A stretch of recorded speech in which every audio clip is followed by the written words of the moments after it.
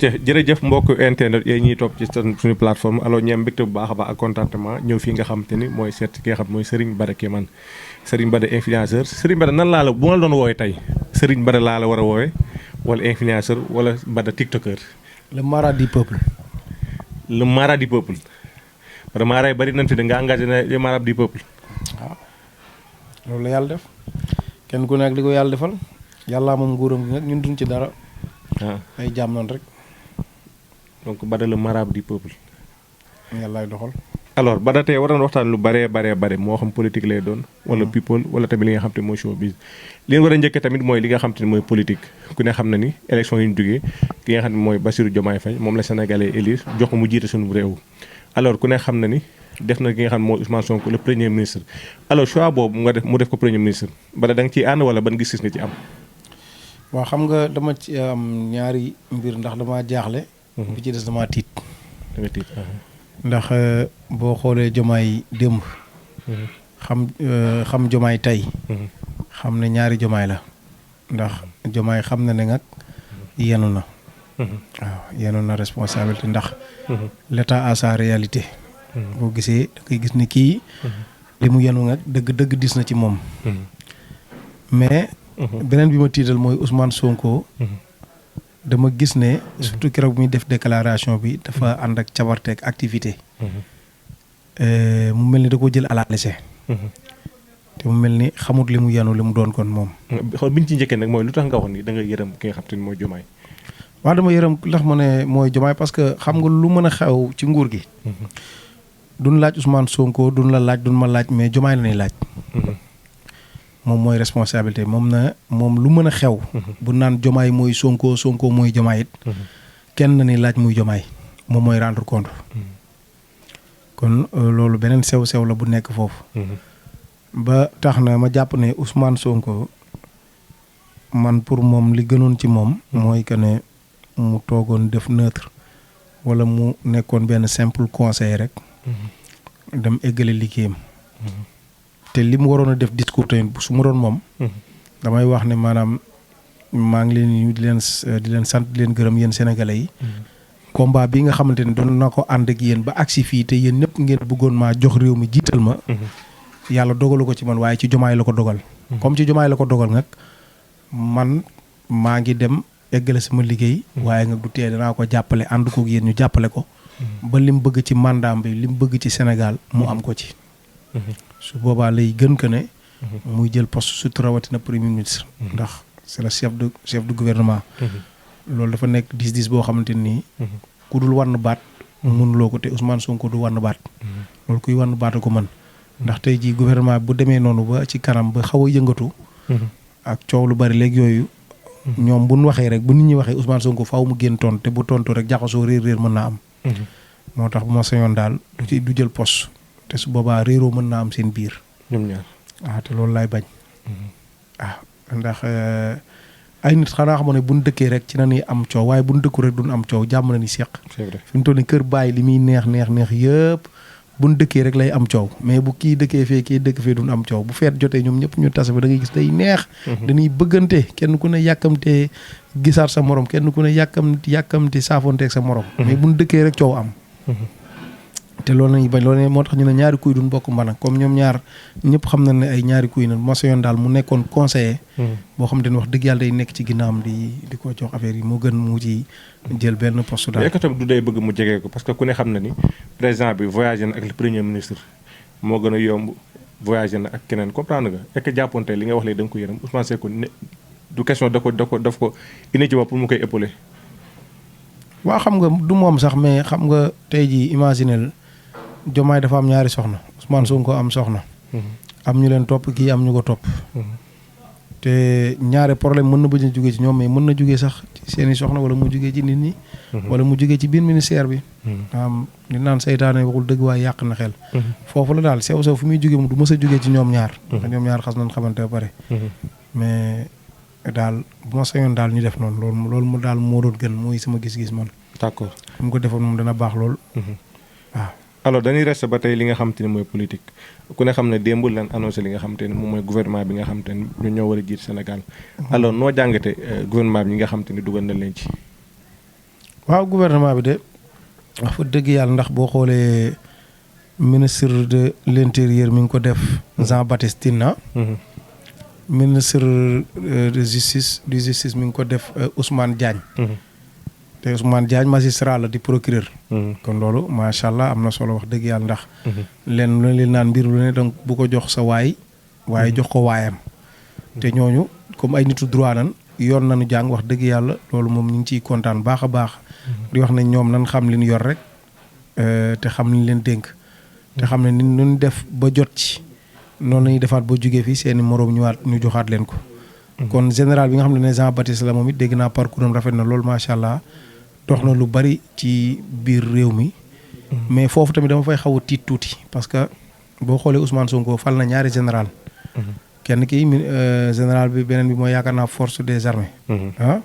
ministre force des armées. donc foofu xaw naa cee tiit. tuuti li tax ma xaw cee tiit dama toog ba yàgg ma ne kon de Ousmane Sonko lu tax mu ànd ak général yii. ànd ak ñoom ñëw. est-ce que nekkul ne kon Macky Sall dañ ko coup d'état. Macky Sall. dama jàpp ne man dañ ko coup d'état nag.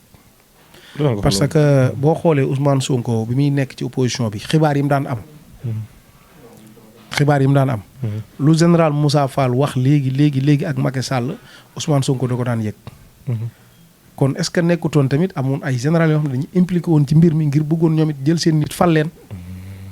parce que da ngay gis ne bu njëkk ba professeurs yi ak nitu impôts yi comme ñoom ñi ñoo daan jékki-jékki former seen benn association. def benn tuddee ko benn parti politique ñëw fexe man jox leen parti ñu jiite. léegi est-ce que kon généraux yi ak gars yi tamit jéemu ñoom créé ñoom it seen i parti comme Sénégal xëy na tour de xew fi ñu ne ñoom it xaaral ñu créé seen benn parti pour ñëw falu. parce que boo xoolee mbir yi ni mu demee nga gis général yi la fal. man foofu te moom xibaar yi mu daan am. te xibaar yu bees tàq la daan am. loolu sama xel xaw na tey foofu quoi. da nga jàpp ne waxtaanee la avant lii di xew. waaw bu fekkee ne nag liggéey moo leen tax a jóg bu ñu liggéeyee moom wax dëgg yàlla. dina baax. waaye bu fekkee ne nag liggéey taxu leen a jóg. waa réew mi dana gën a metti dana gën a sànku ndax su boobaa ñeneen danañ ci jàngewaat. defaat ci lu mel nii. ndax bu boobaa secret d'état kon dootul am ndax bu njëkk ba secret d'état dafa amoon dara daawul seen dara daawul génn. mais da ngay gis ne ci nguuru Ousmane Sonko la tàmbali yu bari di xew te daawul xew. te loolu baaxul ci dëkk day yàq dëkk. ndax bu ñu fàtte ne nag. saagakat yeeg. waxkat lu bon yeeg yu ñaaw yëpp. daanaka ci jamono jii nañ ko tàmbalee gis ci jamono ayu Ousmane Sonko. mu mel ni da nga gis xale yoo xam ne dañuy taxaw ne la carrément Ousmane Sonko bu ma ko fekkoon sama kaw jabar sax du ma ko wax dara. ñii ne la Ousmane Sonko maanaam su ne moon bàyyi sa ndey bàyyi sa bàyyi sax ma bàyyi ko. mel ni système la boo xam dañ koy politique rek mais mën na bañ a doon loo xamante ni. waaw mais moo tax nag dafa mel ni ñoom dañoo former jeunesse boo xamante ni jeunesse bu xaw a ñàkk kilifa la jeunesse bu ñàkk kilifa. te loolu tamit baaxul ci réew parce que jeunesse bu ñàkk kilifa bi bu fekkee ne ñoo topp Ousmane Sonko damay ragal bu ñu dawalee tuuti li leen Ousmane Sonko digoon bu ñu ko gisut. lu raw Macky Sall mën naa dal Ousmane Sonko moo tax. Ousmane Sonko il a intérêt kon mu liggéey. waaw bu dee liggéey na daal fa li laay xam te moom seen séjour dina neex danañ egg. waaye bu dee liggéey leer na. formé nañ fi loo xamante ne nii. ci li ma gis jeunesse bu ñàkk kilifa goo xamante ne nii. moom buñ dalaatee seen kaw du baax ci ñoom parce que léegi ngay gis kuy taxaw di saaga ay général. léegi ngay gis kuy taxaw di saaga ay sëriñ ay kilif. donc man foofu laay waxee. alors ñi nga xamante ne ku ci mel ne Dame Mbodj wala ku ci mel ne Mimi Touré. wala ñi nga xamante ne ñoom ñooy Guy Marius Sagna ñu ci bare bare boolewul leen ci nguur gi jàppoon loolu dana indi frustration ci seen biir. waaw xam nga tamit. maanaam Ousmane Sonko mi fal nguuram moom rek moo mën a xam. mais nag ñoom it wax dëgg yàlla daan nan ànd di xeex nag daan ci def seen alal daan def seen lépp te nit nga bu dee xeex ci dara tamit. c'est normal que mu jiitu nag. waaw c'est normal que mu jiitu loolu lay borom xam-xam yi di wax ne. nit boo sosee dara da nga koy sos ba pare jiitu bu ko defee nit ñi topp sa ginnaaw. ndax ñaar da nga gis nit ñu bari dañuy sos dara ba pare. jiital kenn kooku après mujj coup d'état leen daal di dem. jël mbooloo mi yóbbu. donc ba tax na ne nit moom lu muy xeexlu ne wax dëgg yàlla bëgg na ci dara. mais est-ce que tamit bu defoon loolu nit ñi duñ foog du bëgg a pàccoo réew mi parce que tamit est-ce que am na compétence bi nga xamante ni war na leen a jox mën a jox yenn responsabilités yi est-ce que nekkul Ousmane Sonko dafa jiital li nga xam ne mooy Sénégal d'abord. waaw xam nga ba ñuy tàmbale ñoom ñëpp ñoo tàmbale woon. doon ànd doon xeex. ku ne yoroon sa parti wala kii yoroon sa mouvement kii yoroon sa lii ñoom ñëpp ñu boole toog dajaloo. kon jàmm yaakaar naa ne bu dee ba am li ñu bëgg ñoom ñoom ñëpp dañoo war a toog waxtaanaat bu ko defee daal di tënkandoo tegandoo loolu mooy dëgg. bu fekkee ne loolu am na baax na fa li laa xam bu dee loolu amul nga xam ne kon ay wor am na ci biir. mooy li ma la wax. parce que damay xaw a tiit ci benn côté. parce que man dëgg rek laay wax. est-ce que ñoom sosuñu woon seen mbir avant. di doog di ñëw parce que bu fekkee généraux yi bokk nañ ceeg nii. ak secret yi daan am. est-ce que nekkutoon dañoo sosoon seen mbir ba tënk ko rocceeku effacé wu bàyyi gars yi. bu dee loolu amut bu dee loolu am na amut. alhamdulilah ma xam ne lu baax la mais bu dee loolu am na ma xam ne kon mbir am na. daal bu ma la déggee da nga bëgg wax ne yenn information yi nga xam te ni yi nga xam ne Ousmane Sonko bu ko daan am rek peut-être yenn général yi ñoo ko daan jox. mais fii daan am bu baax. loolu moom waxtaan wax dëgg ca la mais fii daan na am bu njëkk bu baax. ci Ousmane Sonko da ngay gis lu mosaan a xew da koy xam moo koy njëkk a xam. te moom daan na ko wax. daan na wax ne Macky Sall ni lay renseigner ma noonu may renseigner. te xam na ne moom xamoon na ne kenn mënta am preuve am. kon y avait problème loolu ponk rek ku mën def mais du gone. alors ku ne xam ne TikTok nag monde la boo xamante ni léegi nit ñi dañ ci yàqante. di ci wax lu bon di ci def lu bon. alors balaa ñëw côté show bi loolu laa bëgg ñu waxtaan ak ñu tëjee ko foofu ci wàllu politique. lan ngay xaar ci ministre bi nga xamante ni moom moo yor li nga xamante ni mooy justice bi par rapport ak ñenn ñi nga xamante ni ne ci internet di saaga di def photo jàmm di jox lu ne ban gis-gis nga ci am. waaw loolu moom ñi ko fi njëkk a indi waa kër Ousmane Sonko yi ci lan bokk ndax moom ci ayam la xewee. ci ayam la xewee kon Sénégal moom li ñu fiy séentu mooy ñoom ni ñu ko waxee woon rek lu baax ci yar ak teggin loolu moom lu ci mën a am rek baax na. bu ñu ci mënee jàppale rek moo gën. waaw bu ñu ci mënee jàppale ci baax yar ak teggin ak def lu defu. loolu moo gënal Sénégal yëpp wax dëgg yàlla. parce que nekk ci internet bi di saaganteeg di weerante moom loolu amul kenn benn njëriñ yaakaar naa ne. mais nag xale yi fi mu toll yaradu ko doon yaradu goo xamante ni maa tey surtout rawatina ñi nekk Europe. ñooñu kenn mënu leen dara mais ñi nekk Sénégal moom yaakaar naa ne ñoom yoon mën na leen dara parce que gis nga ko fi bérki démb. Mami Cobra Mame Ndiaye sama bi ñu ko fi defee cybercriminel da leen woo te déggaatoo ko. kon ñi nekk Sénégal moom yaakaar naa ne tewuñu sénégalais xanaa kay ñi nekk feneen ñoom ñoo te sénégalais yi. te ñooñu tamit ñi nekk feneen ñooñu sénégalais yi ñoo leen seetaan. jikko yi tamit dafa yàqu.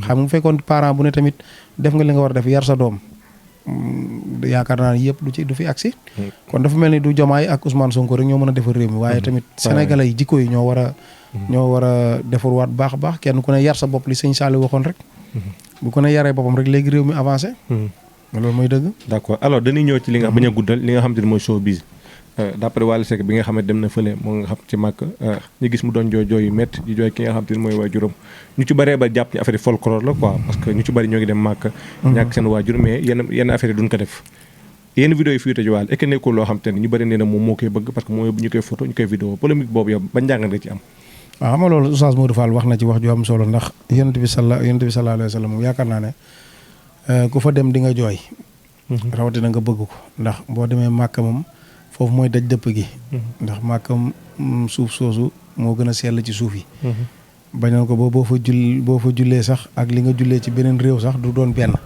li lay fay foofu dañ la koy fóolal kon foofu yaakaar naa ne bu fa demee rawatina mu dem ci Kaaba ga nga xam te ne maam Ibrahima bokkoon na ci ñu ko tabax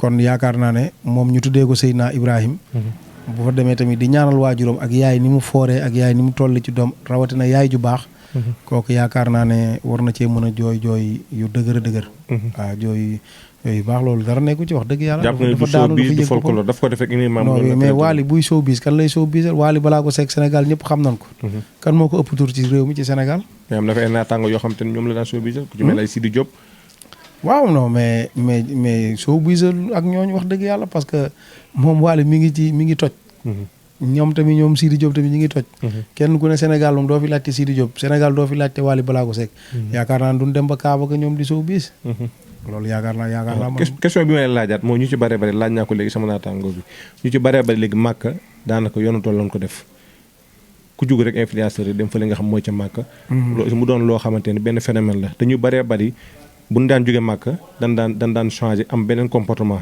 mais léegi ku jóge Màkka mel lay marché nga jógee loolu ban jàng rek cam bara waaw dem fa moo gën bañ faa dem yaaram parce que nga wax dëgg yàlla yonent bi sallallahu alayhi wasallam nee na daan wax ne dee leen gëm-gëm lu sax ndax ngeen gëm yàlla kon kay di fa dem kay yaakaar naa ne moo gën bañ faa dem nag. waaw comme ñun ñëpp ci njaboot gi nan bokk. ñun ñëpp ay jullit nan moom. leen li ci des yàlla moo ko xam nga yàlla moo xam ku muy nangul ak ku mu du nangul ku gën ak ku gën. ku baax ak ku baaxut ku jub ak ku jubut. loolu yàlla rek ko mën a xam ndax jub dafa am ñaari façon jubu àdduna ak jub bi nga xam te ne moom la yàlla soxla. loolu mooy wax ji. sa xarit de dem na màkk délégué Amar. waaw wala kañ ngay dem nag. seen naa ko xam naa bu ko yàlla dogalee waaye man talaguma ko fi toll nii. da nga am bu paas wala. non même su ma amoon paas sax talu ma ko yaram parce que wax dëgg yàlla nga. li ma war a def bëri na fi mu toll nii li ma soxla bëri na. mais màkk farata la bada. waaw farata la waaye ci ci boo ko mënee nan wax. amagoo paas kon amagoo paas pour dem. waaw même su ma amoon paas rek du paas rek mooy tax nga dem ndax sart yi yëpp dajaloo faaw mu dajaloo nga doog mën a dem. kon kay da ngay tontu li ma la wax léegi ci ñi nga xam te ne ñooy dem màkk ñëwaat di folklore donc yow est-ce que loolu ngay bañ. non sart yi xam nga sart yi dafa bëri ndax sart yi nee na la faaw nga yor dépense boo xamante ne nii da nga fi bàyyi dépense su waaw at wala juróom benn weer doo fi amee boor doo am dara. kon loolu sart yi dafa bëri loolu kese lu sart yi rek. te wax dëgg yàlla nga loolu talaguma ko. te man awma dépense fi mu toll nii ñetti fan. damay daw dépense chaque jour damay xëy di joxe rek. te amee naa ay bor wax dëgg yàlla tey bu ma ko yoroon nii. yaakaar naa dama ciy investir man liggéey ci. ndax fi mu toll nii maa ngi am naa projet yoo xam te nii. soxla naa xaalis bu ma ko mën a defee moo tax bu ma ko doon mayit li ma lay wax mooy ba ma ko mënee jox xaalis. nga jox ma ko xaalis ma liggéey ci def sama projet. bu jàllee baax na wax dëgg yàlla kenn ku ne da ngay wax te yàlla tax rek. alors délégué ci lan nga koy xaar tey gannaaw dem na màkk war a ñëwaat ku ne xam ne ci kaso la jógee dem fa li nga xam mooy ci màkk ci lan nga koy xaar tey. màkka kay ku fa dem li nga war a def mooy soppeeku jub baax tegu ci yoonu siraatal mustaqim boo doon daw 100 nga daw 200 loolu mooy dëgg. te neen boo ko kenn wax ci délégué Amar lan nga wax Alaaji délégué Amar. loolu mu wax dëgg la yàllaa ko def. loolu ci dara. waaw mais naka jekk tur bu baax la mos a yor de ndax Modou Amar. délégué kooku tur yonent bi sallallahu alayhi wa sallam la Modou. non li nga ma laaj laa tontu rek déedéet xam nga nit moom li nga ma laaj laa tontu rek li nga wax yëpp dëgg la man dëgg bu ñëwee dama koy nangu. foo waxee ne lii loolu dëgg la li nga wax yëpp dëgg la li xam nga nit moom bu nee alaaji. tuddeewul boppam alaaji dana la mag ku fa dem bu ñëwaatee alaaji ñu koy tuddee. loolu mbiru suñu borom loolu par force la. te nit da ngay nangu. du moom boppam di. yàllaa ko def. donc alaaji Modou délégué Amar daal loolu ngay confirmer. waaw non bien sûr loolu par force la. mais ñëw ci ki nga xam te mooy Adamo sànq ma dégg la ngay def ay révélation ma bëggoon a xam cas bi exact na la demee parce que cas bi nee nga yow yaa ko te nee nga da nga ñu ko wan cas bi nan la demee wàllum sàcc bi nga xam te ne ñoo ngi koy takkal ki nga xam te mooy Adamo. waaw Adamo xam nga dafa njëkkoon a. triande kii di Sadio Gaynde. Sadio waaw man nga ko la may wax loolu damay wax ne. bu ngeen gisee suturaam di xaawee ko dama jàpp ne depuis mu laal Waly Ballago Seck ba léegi. ci la suturaam commencé di xaaweeku ci yii nii. parce que kenn xamutoon ne Adamo ndekee.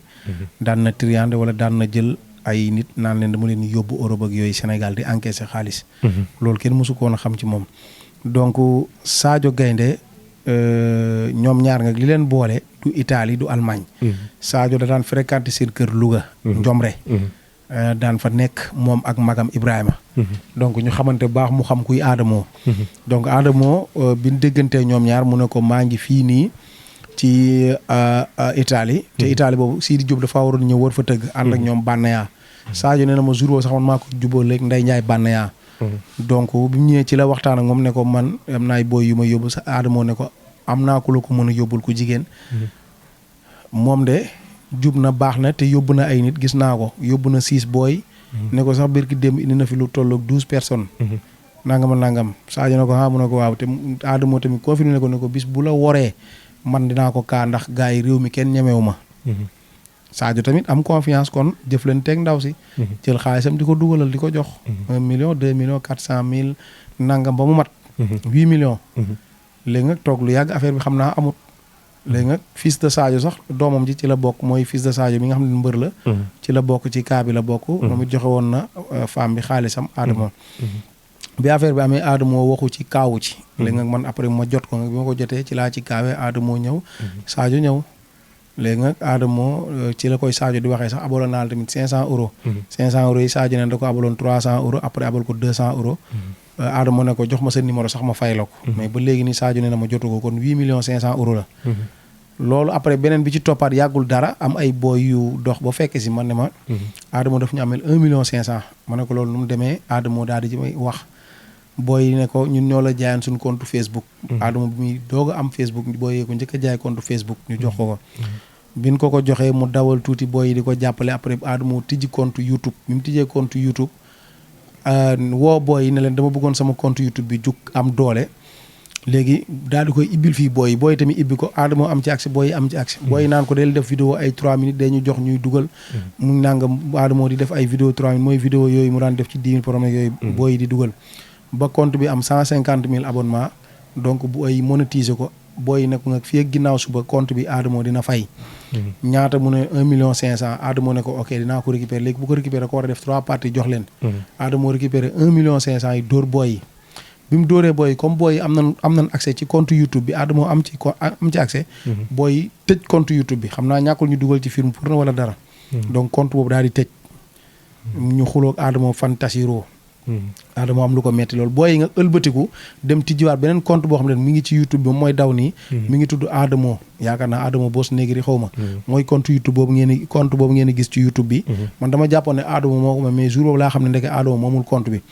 booy yooyu ñoom ñoo ko moom piraté ko lu Adamo live léegi nii ba léegi may wax ak yow ne Adamo bu live booy dañ koy dagg léegi. alors donc booy ñooy doxal compte bi. booy ñooy doxal compte bi waaw ñoom ñoo ko piraté tijji ko ci turam.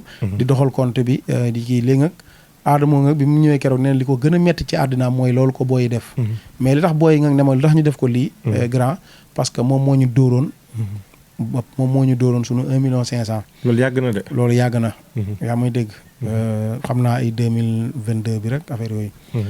noonu la kaa bi demee léegi nag fan yii tey jii may wax ak yow nii jour 5 avril. 2024 bi nga ku ñuy wax Zal Touré nekkoon ci sécurité Ablaye Wade yi garde corps. daan ànd ak moom ba léegi nii may wax ak yow nii mi ngi sécurité la mais benn tubaab lay liggéeyal. donc sama waay la dem naa këram fekk ko fa. mu am benn sëriñam bu ñuy wax sëñ Cheikh Fall Xataaba. mu ko doon booleeg Adamo pour mu defal ko publicité promotion. léegi mu koy defal promotion nag audio yaa ngi nii. mu jox Zal Touré 200 000. kan moo ko jox sëriñ bi. sëriñ bi waaw. Zal Touré moo ne ma déet Zal man jotaguma sëriñ bi Zal Touré laa jot. Zal Touré ne ma sëriñ bi. Adamo 200 000 laa ko jox. man bi ma jotee Adamo ne ma 150 000 la encaissé ci sëriñ bi. mais Adamo dana ma 150 000 jox jël naa ko mais defaluma ko vidéo waaye ñoom ñi ngi may wax waxu remboursé mais du ma leen remboursé dara parce que ñoom ay dóorkat nan Adamo ci moom wax loolu. ñoo ne ma ñoom du ma remboursé dara parce que ñoom ay dóorkat nan. li ma bëgg a xam mooy sëriñ bi dafa jox Zal Touré. waaw Zal Touré jox Adamo. waaw. mooy intermédiaire bi. comprendre nga. léegi nag sëriñ bi audio bi la envoyé kii di Adamo mi ngi. tegal audio bi ñu déglu ko. déglu. Serigne Cheikh Fall Xataaba kii moo doon maamam Serigne Cheikh Fall Xataaba mi daan jàngal Sëñ Tuubaa xasida yi kii bu ñuy wax ab sëriñ kii moo tax ndax kii mooy wane nit ñi lu leer loo mën a gis kii lu mu la wax boo ko woowee téléphone lu mu la wax da nga ko gis seetal nit wax ba muy jooy kii moo koy def seet bu wér kii da ngay foto sa loxo yónnee ko mu seetal la wax la ba ngay jooy daan ne kii noobu 24 heures gi ñuy liggéey ci àdduna moom dong ko man damaa wan ma gis Sëñ Cheikh Fall Xataaba kuy ñaanlu na nga koy ñaanloo kii mooy ab sëriñ waaw li ci des nag say saf-safal lay doon mais loolu rek laa soxla. kan mooy wax noonu ci audio bi sëñ Bada. d'accord sëñ bi mooy audio noonu. pour saa waay dóoral ko defal ko promotion. kan la yónnee audio bi. Adamo. pour mu dóoral ko waxal ko defal ko vidéo bu mel noonu bu saf-saf maanaam jàmbal ko daal. xam nga tam yaakaar naa sëriñ bu aay te wóolu sa bopp moom yaakaar naa doo ci defante yi mais xam nga léegi sëriñ si léegi. dóor yi daa bëri. waaw moo tax ñoom it yàlla da leen weer te yaakaar naa ne xam naa ne xaalisam baaxul ndax. xaalisam bu baaxoon wax dëgg yàlla du dem ci Adamo. donc loolu da ci am des fois sëriñ si dañuy jël ñoo xam te ne ay influenceurs leen. di leen fay ñu leen di waxal. ngeen fay ñu leen di waxal. ñàkk ragal yàlla rek ak ñeme yàlla. leen fay ñu leen waxal xam nga tey ji looloo ko dal ba nanguwut affiché wu moom. tur bi nan la tudd moom Mara bi. mi ngi ci vidéo bi sëñ Cheikh Fall Xataaba donc looloo ko dal ba nanguwut affiché wu. tu vois man xam naa ko baax. xam na ma moom. waaw parce que cas yooyu tamit du la dal des fois nit ñi di la yónnee affaire pour bëgg leen di jàmbal. du ma leen defal benn promotion man. man damay def samay publicité rek ku mel ni Bamba Electron wala Xelcom VIP jeex na. man jaaykat yi laay defal promotion mais sëriñ si moom noonu. léegi cas bi nga xamante ne Adamo encaissé na ko dafa bañ ne du ko delloowaat xaalisam du ko defal. non Adamo moom nee na ma du ko delloo man jot na ma téléphone nee na ma carrément du ko delloo. loolu la wax. noonu la cas bi demee Adamo sàcc la. loolu nga suturaam mi ngi tàmbalee xawee ko daal depuis bi mu laalee Wally Ballago Seck ba léegi suturaam a ngi xawee ko. ak Oustaz Modou Fall xam naa bu leen bàyyiwut moom. alors polémique boobu tamit bëgg nañ ci wax. bu leen bàyyiwut moom dina doy waar. démb xam leen na waxuma la toog muy dox sax mais dañuy tëdd di dox proposition yi ñu gis Adamo. à chaque fois mu koy vilipender li nga xam ne mooy internet bi noo gisee loolu. waaw xam nga Oustaz Modou Fall moom yaakaar naa da koo dàq wax bari gën koo jekku àdduna ndax Oustaz Modou Fall ci xam-xam lay wax te xam naa du wann baat te du ragal ndax doomu yëmbal la di doomu Ndakaaru kon kooku du ragal te chaque jour mu duut Adamo tegal ko lu saf te lu leer la wax te Oustaz lépp lu mu wax Adamo dëgg la te Adamo lépp lu mu wax Oustaz Modou Fall ay sos la. mais loo ngay défendre ni Oustaz Modou Fall bara. non damay wax dëgg rek Oustaz Modou Fall lépp lu mu wax ci Adamo moom dëgg la. loolu àdduna wér-ngal képp xam nañ ko donte ñii dañuy seetaan Adamo ñii di seetaan Oustaz Modou Fall. mais moom lépp lu mu wax ci Adamo rek dëgg la noonu la amee mais Adamo lépp lu mu wax ci Oustaz Modou Fall moom ay sos la. dañu jàpp képp koo xam te léegi day attaqué Adamo rek da mel moom ngay faral di vilipender Adamo te Adamo sa xarit la woon. non non du ma def loolu sax mais man damay wax dëgg di def dëgg rek. damay def dëgg di wax dëgg. jërëjëf Bada am nañu mbégte bu baax a baax ci li nga xam te ni kontaan mooy waxtaan ma bala nga def sa dernier mot ñu doog a tëj émission bi. merci jërëjëf kontaan.